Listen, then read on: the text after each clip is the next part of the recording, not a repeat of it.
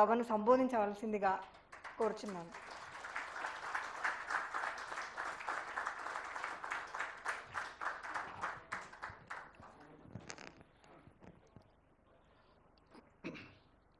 Basavatarakam cancer hospital 24వ వార్షికోత్సవం మా అన్న నందమూరి బాలకృష్ణ చైర్మన్గా ఈ కార్యక్రమాన్ని నిర్వహించి ఈ కార్యక్రమంలో పాల్గొనాలని నన్ను వారు ఆహ్వానించడం జరిగింది. మనస్ఫూర్తిగా వారికి కృతజ్ఞతలు తెలియజేస్తున్నా. ఇది ఒక మంచి అవకాశం నాకు తెలంగాణ రాష్ట్ర ముఖ్యమంత్రిగా. నందమూరి తారక రామారావు గారి ఆలోచనతో చంద్రబాబు నాయుడు గారు సహకారంతో 24 సంవత్సరాలు పూర్తి చేసుకొని లక్షలాది మందికి కోట్లాది మందికి సేవలు అందించి దేశంలోనే ఆదర్శంగా నిలబడే విధంగా తీర్చిదిద్దిన ఈ సంస్థ మీరు నిర్వహించే కార్యక్రమంలో పాల్గొనడం నాకు చాలా సంతోషాన్ని ఇచ్చింది. నాతో పాటు ఈ కార్యక్రమంలో నామ నాగేశ్వరరావు గారు, విశాఖపట్నం పార్లమెంట్ సభ్యులు యువమిత్రుడు భరత్ గారు, నూరి దత్తాత్రేయులు గారు, ప్రసాద్ గారు, ఇతర మిత్రులు, బసవతారకం సిబ్బంది, నందమూరి తారక రామారావు గారి అభిమానులందరికీ కూడా నేను మనస్ఫూర్తిగా అభినందనలు తెలియజేస్తున్నాను.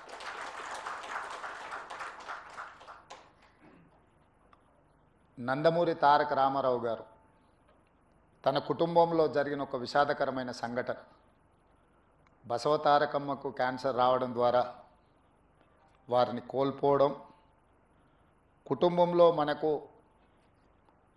అత్యంత ప్రీతిపాత్రమైన వ్యక్తులను కోల్పోతే ఆ బాధ దుఃఖం తెలిసిన వ్యక్తిగా ఇంకెవరికి ఇట్లాంటి బాధ ఉండకూడదు, వీలైనంత మేరకు పేదలకు సేవలు అందిస్తూ వాళ్ళ కుటుంబాలను ఆదుకోవాలన్న ఆలోచనతోటి 1988-89లో ఈ ఆలోచనకు పునాది పడ్డది.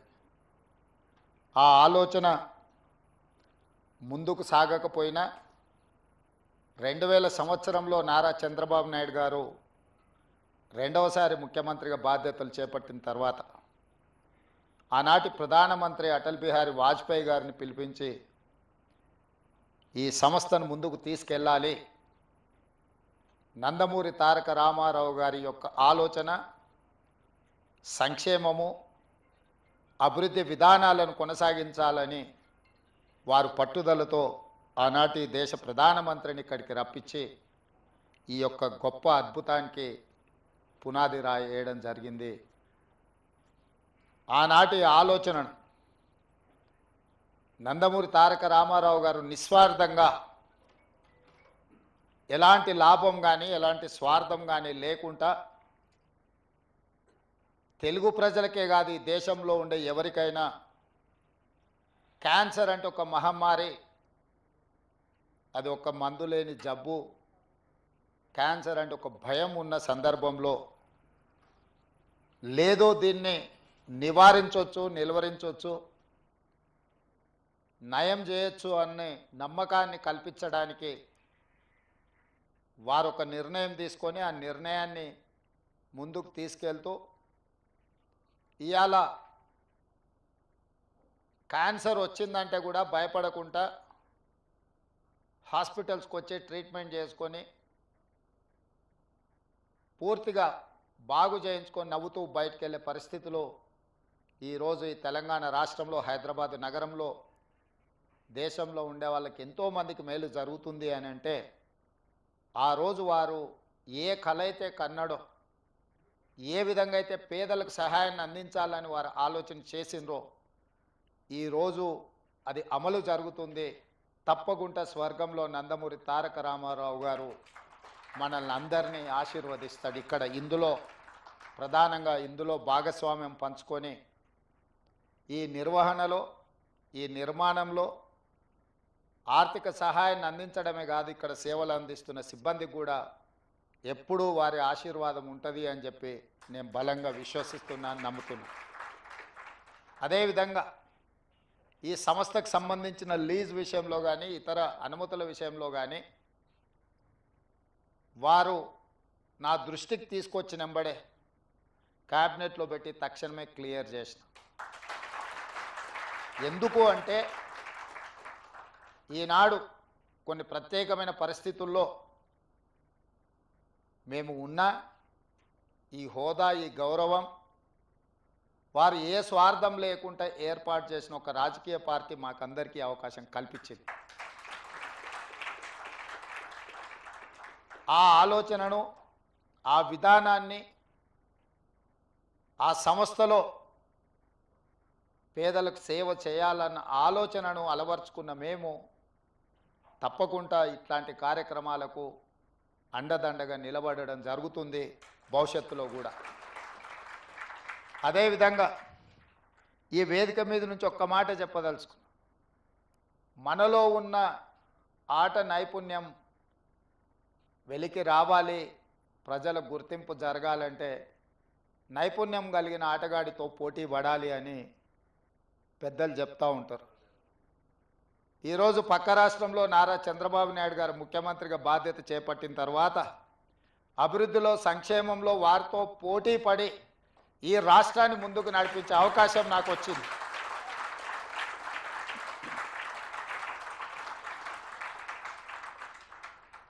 గతంలో 12 గంటలు పనిచేస్తే సరిపోతుంది, అంతకు మించి అవసరం లేదు అనుకునేవాడిని.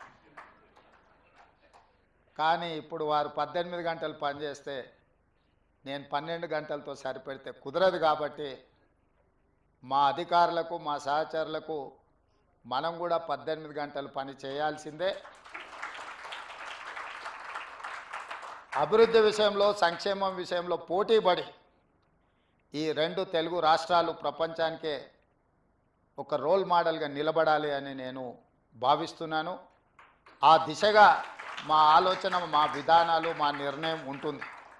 అందులో భాగంగానే తెలంగాణ రాష్ట్రంలో చాలా హాస్పిటల్స్, అంటే ఇది Hyderabad is the hub for hospitals, కానీ నా ఆలోచన హెల్త్ టూరిజం హబ్ను ఒకటి క్రియేట్ చేయాలని మా ప్రభుత్వం ఆలోచన చేస్తుంది. ప్రపంచంతోనే పోటీ పడే విధంగా ప్రపంచంలో ఉండే అన్ని జబ్బులకు సంబంధించి ఇక్కడనే వైద్యం అందే విధంగా ఒక హెల్త్ టూరిజం హబ్ని డిజైన్ చేయాలని ప్రాథమికంగా మేము ఒక అంచనాకు వచ్చినాం. శంషాబాద్ ఇంటర్నేషనల్ ఎయిర్పోర్ట్ చుట్టుముట్టూత స్థలాన్ని సేకరించి ఒక 500 నుంచి 1000 ఎకరాలలో ప్రపంచంలో ఉండే రాణించిన, ఈ రంగంలో పేరుగాంచిన సంస్థలను అన్నిటిని కూడా రప్పించి అక్కడ వాళ్ళకు అనుమతులు ఇచ్చి ప్రపంచ దేశాలలో నుంచి ఎవరైనా హైదరాబాద్కి వెళితే ఎలాంటి జబ్బుకైనా వైద్యం అందుతుంది అనే విధంగా తీర్చిదిద్దాలన్న ఆలోచన మా ప్రభుత్వం చేస్తున్నది. ప్రధానంగా హెల్త్ ఆర్గనైజేషన్స్లో పనిచేసే డాక్టర్లే కానీ నిపుణులకు తెలుసు, ఈరోజు మన దేశంలో అత్యధికంగా మిడిల్ ఈస్ట్ కంట్రీస్ నుంచి చాలామంది పేషెంట్స్ ఇక్కడికి వచ్చి వైద్యం చేయించుకొని వెళ్తున్నారు. వాళ్ళకి రావడానికి, పోవడానికి అవసరమైన విమాన సౌకర్యాలే కాదు, విమానాశ్రయంలో దిగిన తర్వాత కూడా వాళ్ళకి ఎలాంటి ఇబ్బంది జరగకుండా ఒక గ్రీన్ ఛానల్ ఏర్పాటు చేసి మిడిల్ ఈస్ట్ కంట్రీస్ నుంచి ప్రధానంగా ఇక్కడ వైద్యం కోసం వచ్చే వాళ్ళకందరికీ కూడా ఒక అద్భుతమైన సౌకర్యాలు ఏర్పాటు చేయాలన్న ఆలోచన మా ప్రభుత్వానికి ఉన్నది. తప్పకుండా ప్రణాళికతో ముందుకు వస్తాము. ఆ ప్రణాళికలో భాగంగా ఇంతకుముందు అన్న బాలకృష్ణ గారు, నామ నాగేశ్వరరావు గారు బసవతారకం క్యాన్సర్ హాస్పిటల్కి అదనంగా ఇంకా కొంత స్థలాన్ని కేటాయిస్తే మేము సేవల్ని విస్తరిస్తామని వారు చెప్పడం జరిగింది. ఆ హెల్త్ టూరిజం హబ్లో తప్పకుండా బసవతారకానికి స్థలాన్ని కేటాయించి ప్రపంచంతో పోటీపడే తెలంగాణ రాష్ట్రంలో మీ పాత్ర తప్పకుండా ఉంటుంది, మీ సేవల్ని తప్పకుండా వినియోగించుకోవాలని మా ప్రభుత్వం భావిస్తుంది. మొదటి తరం నందమూరి తారక రామారావు గారు, రెండవ తరం చంద్రబాబు నాయుడు బాలకృష్ణ గారు, మరి మూడవ తరం మా మిత్రుడు భరత్ అండ్ లోకేష్ బాబు ఏం చేస్తారో చూడాలి. ఇది వాళ్ళ బాధ్యత. ఎందుకంటే వారసత్వంగా సంక్షేమము అందించి దేశంలోనే ఆదర్శంగా నిలబడే విధంగా తీర్చిదిద్దిన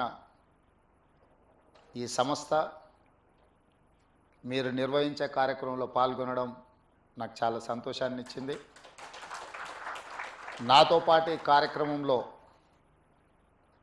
నామ నాగేశ్వరరావు గారు, విశాఖపట్నం పార్లమెంట్ సభ్యులు యువమిత్రుడు భరత్ గారు, నూరి దత్తాత్రేయులు గారు, ప్రసాద్ గారు, ఇతర మిత్రులు, బసవతారకం సిబ్బంది, నందమూరి తారక రామారావు గారి అభిమానులందరికీ కూడా నేను మనస్ఫూర్తిగా అభినందనలు తెలియజేస్తున్నాను.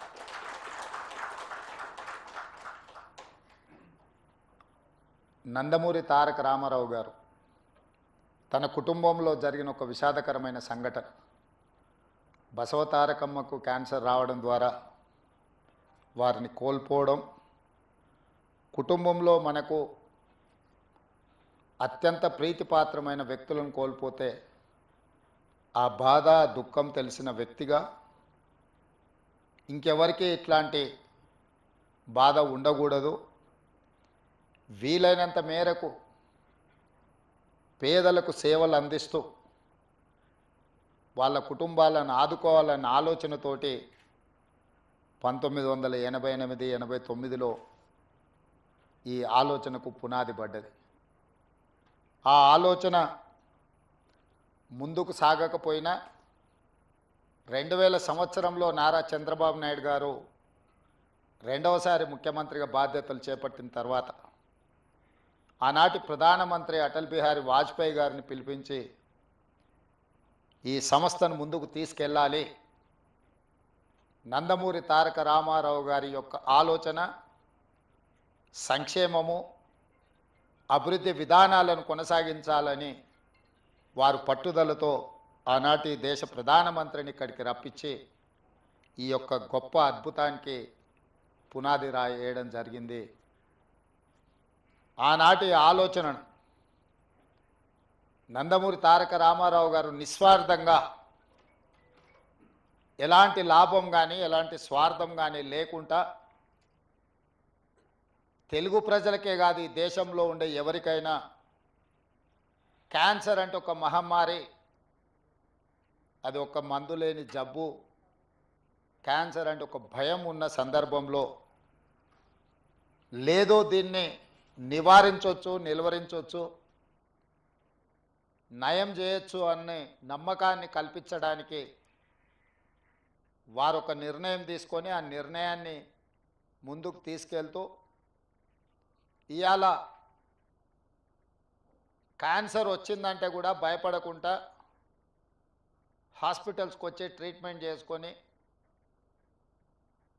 పూర్తిగా బాగు చేయించుకొని నవ్వుతూ బయటకు వెళ్ళే పరిస్థితిలో ఈరోజు ఈ తెలంగాణ రాష్ట్రంలో హైదరాబాద్ నగరంలో దేశంలో ఉండే వాళ్ళకి ఎంతోమందికి మేలు జరుగుతుంది అని అంటే ఆ రోజు వారు ఏ కళ అయితే కన్నాడో, ఏ విధంగా అయితే పేదలకు సహాయాన్ని అందించాలని వారు ఆలోచన చేసిండ్రో ఈరోజు అది అమలు జరుగుతుంది.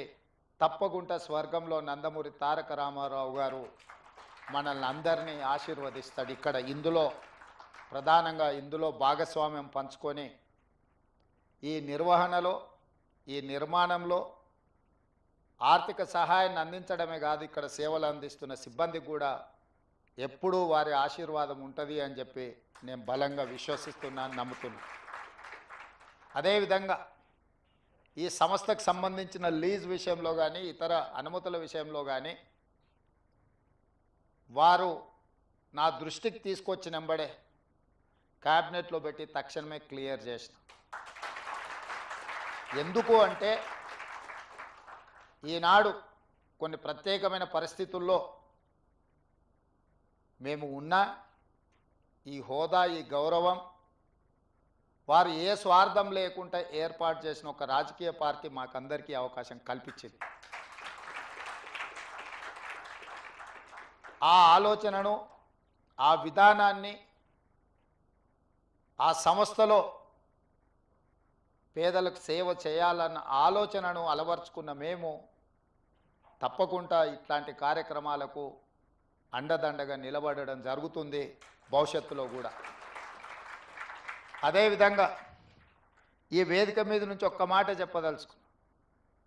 మనలో ఉన్న ఆట నైపుణ్యం వెలికి రావాలి, ప్రజల గుర్తింపు జరగాలంటే నైపుణ్యం కలిగిన ఆటగాడితో పోటీ పడాలి అని పెద్దలు చెప్తూ ఉంటారు. ఈరోజు పక్క రాష్ట్రంలో నారా చంద్రబాబు నాయుడు గారు ముఖ్యమంత్రిగా బాధ్యత చేపట్టిన తర్వాత అభివృద్ధిలో, సంక్షేమంలో వారితో పోటీ పడి ఈ రాష్ట్రాన్ని ముందుకు నడిపించే అవకాశం నాకు వచ్చింది.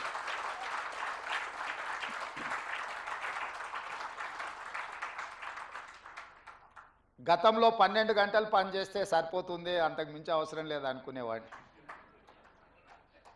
కానీ ఇప్పుడు వారు 18 గంటలు పనిచేస్తే నేను 12 గంటలతో సరిపెడితే కుదరదు. కాబట్టి మా అధికారులకు, మా సహచరులకు మనం కూడా 18 గంటలు పని చేయాల్సిందే. అభివృద్ధి విషయంలో, సంక్షేమం విషయంలో పోటీపడి ఈ 2 తెలుగు రాష్ట్రాలు ప్రపంచానికే ఒక రోల్ మోడల్గా నిలబడాలి అని నేను భావిస్తున్నాను. ఆ దిశగా మా ఆలోచన, మా విధానాలు, మా నిర్ణయం ఉంటుంది. అందులో భాగంగానే తెలంగాణ రాష్ట్రంలో చాలా హాస్పిటల్స్, అంటే ఇది Hyderabad is the hub for hospitals, కానీ నా ఆలోచన హెల్త్ టూరిజం హబ్ను ఒకటి క్రియేట్ చేయాలని మా ప్రభుత్వం ఆలోచన చేస్తుంది. ప్రపంచంతోనే పోటీ పడే విధంగా ప్రపంచంలో ఉండే అన్ని జబ్బులకు సంబంధించి ఇక్కడనే వైద్యం అందే విధంగా ఒక హెల్త్ టూరిజం హబ్ని డిజైన్ చేయాలని ప్రాథమికంగా మేము ఒక అంచనాకు వచ్చినాం.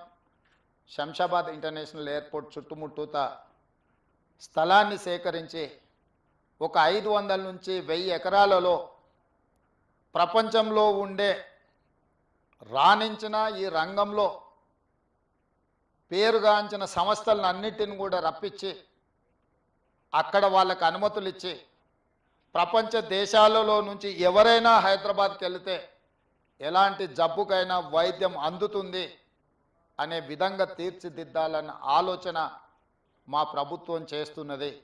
ప్రధానంగా హెల్త్ ఆర్గనైజేషన్స్లో పనిచేసే డాక్టర్లే కానీ నిపుణులకు తెలుసు, ఈరోజు మన దేశంలో అత్యధికంగా మిడిల్ ఈస్ట్ కంట్రీస్ నుంచి చాలామంది పేషెంట్స్ ఇక్కడికి వచ్చి వైద్యం చేయించుకొని వెళ్తున్నారు.